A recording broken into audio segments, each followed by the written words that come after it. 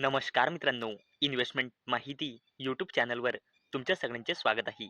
तर मित्रांनो, आजच्या व्हिडिओमध्ये आपण मल्टिपल शेअरच्या लेटेस्ट अपडेट आणि लेटेस्ट न्यूजबद्दल बोलणार आहोत. तर चला व्हिडिओ स्टार्ट करूया.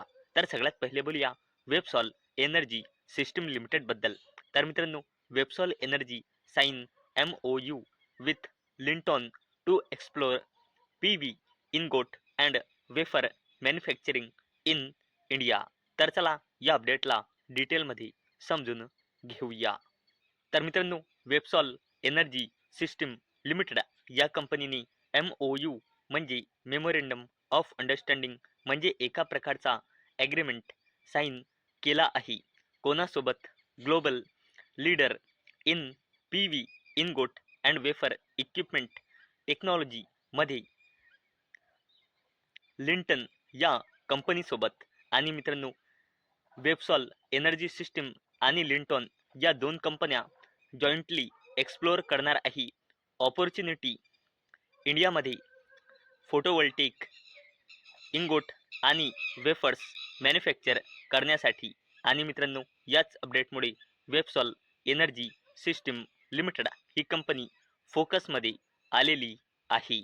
चला आता बोलूया इन्सोलेशन एनर्जी लिमिटेडबद्दल. तर मित्रांनो, इन्सोलेशन एनर्जी लिमिटेड या कंपनीच्या wholly owned subsidiary company Insolation Green Energy Private लिमिटेडला 357 कोटी रुपयांचा ऑर्डर मिळाला आहे.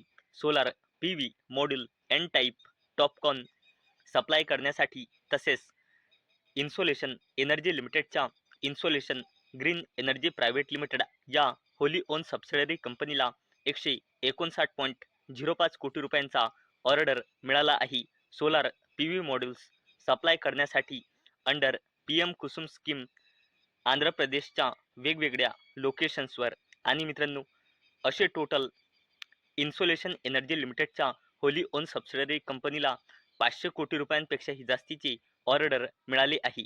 आणि याच अपडेटमुळे इन्सोलेशन एनर्जी लिमिटेड ही कंपनी फोकसमध्ये आलेली आहे.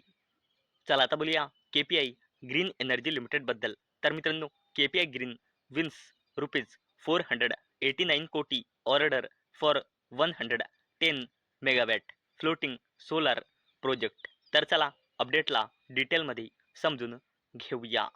तर मित्रांनो, KPI ग्रीन एनर्जी लिमिटेड या कंपनीला GSECL म्हणजे Gujarat state electricity corporation limited कडून 489.17 कोटी रुपयाचा ऑर्डर मिळाला आहे.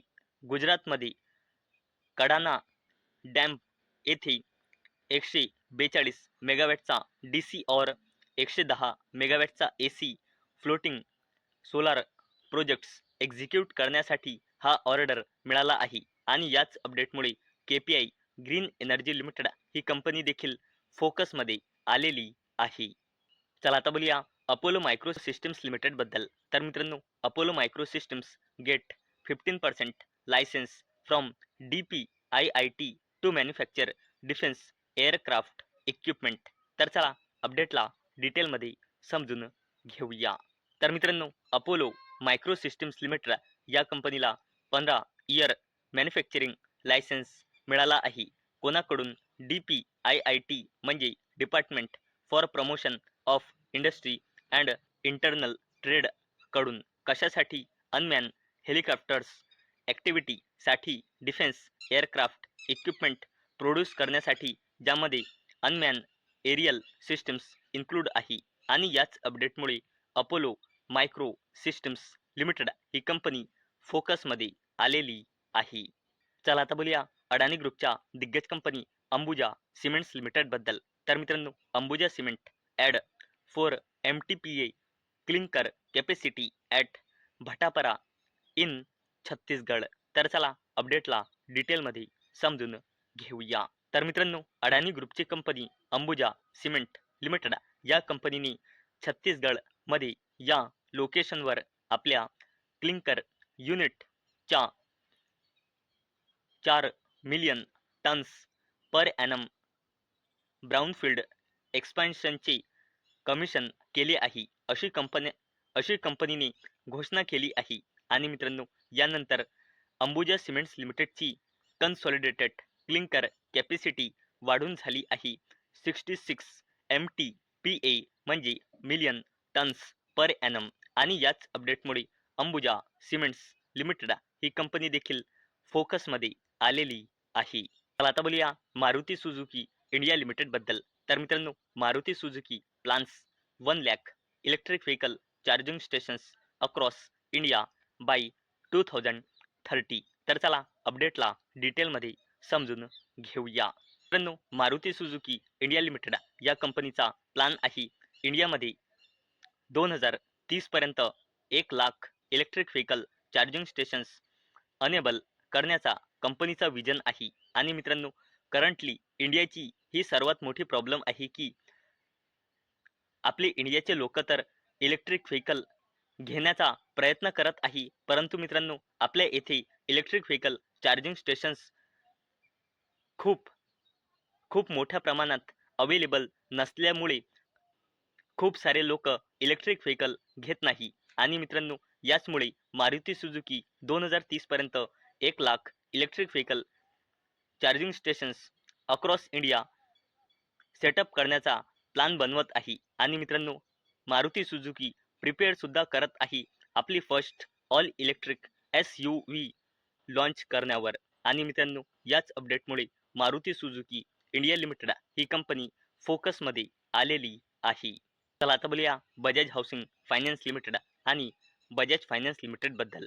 तर मित्रांनो बजाज हाऊसिंग फायनान्स लिमिटेडचे बजाज फायनान्स लिमिटेडने 2 डिसेंबर 2025ला ॲप्रॉक्सिमेटली 1587.82 कोटी रुपयांचे शेअर सेल केले आहे. आणि मित्रांनो इथे आपण बघू शकतो बजाज हाऊसिंग फायनान्स लिमिटेडमधली बजाज फायनान्सने 1.9994% हिस्सेदारी सेल केली आहे.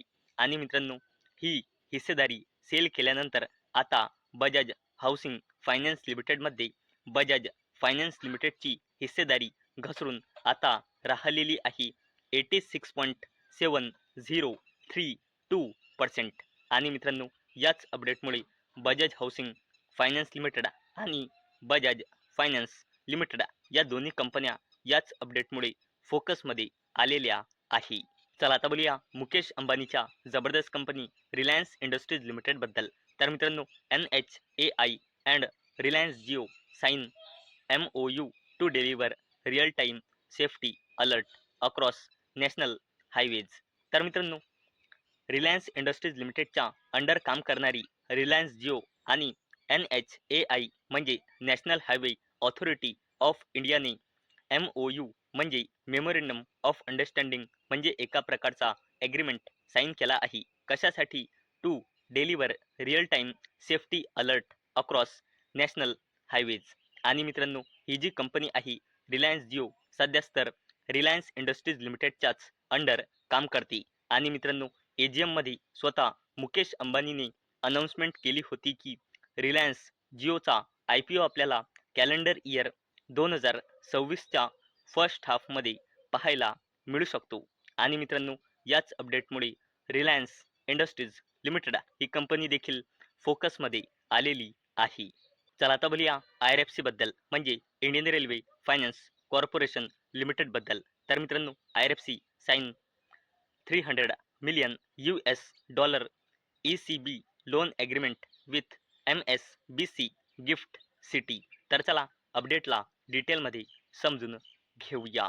मित्रांनो IRFC म्हणजे इंडियन रेल्वे फायनान्स कॉर्पोरेशन लिमिटेडने ग्लोबल फायनान्सिंग बिझनेस वाढवण्याकरिता major external commercial borrowing loan agreement sign केला आहे. कोणासोबत? Sumitomo Mitsui banking corporation gift city branch सोबत. आणि मित्रांनो अशा प्रकारे IRFCने ECB मार्केटमध्ये एंट्री केली आहे आपल्या IRFC 2.0 डायव्हर्सिफिकेशन स्ट्रॅटेजीच्या अंडर. आणि मित्रांनो ही ॲग्रीमेंट आहे 300 मिलियन $. आणि मित्रांनो याच अपडेटमुळे IRFC ही कंपनी देखील फोकसमध्ये आलेली आहे. तर मित्रांनो मला अपेक्षा आहे आजचा आपला व्हिडिओ तुम्हाला इन्फॉर्मेटिव्ह वाटला असेल. तर मित्रांनो जर तुम्हाला हा व्हिडिओ इन्फॉर्मेटिव्ह वाटला असेल तर या व्हिडिओला लाईक करा आणि चॅनलला सबस्क्राईब करा. आणि मित्रांनो, आजचा आपला व्हिडिओ फक्त आणि फक्त एज्युकेशन पर्पजसाठी बनवलेला आहे. माझ्याकडून काहीही रेकमेंडेशन नाही की तुम्ही या स्टॉक्सना बाय करा, सेल करा किंवा होल्ड करा. तर चला भेटूया नेक्स्ट व्हिडिओमध्ये. तोपर्यंत टाटा, बाय बाय.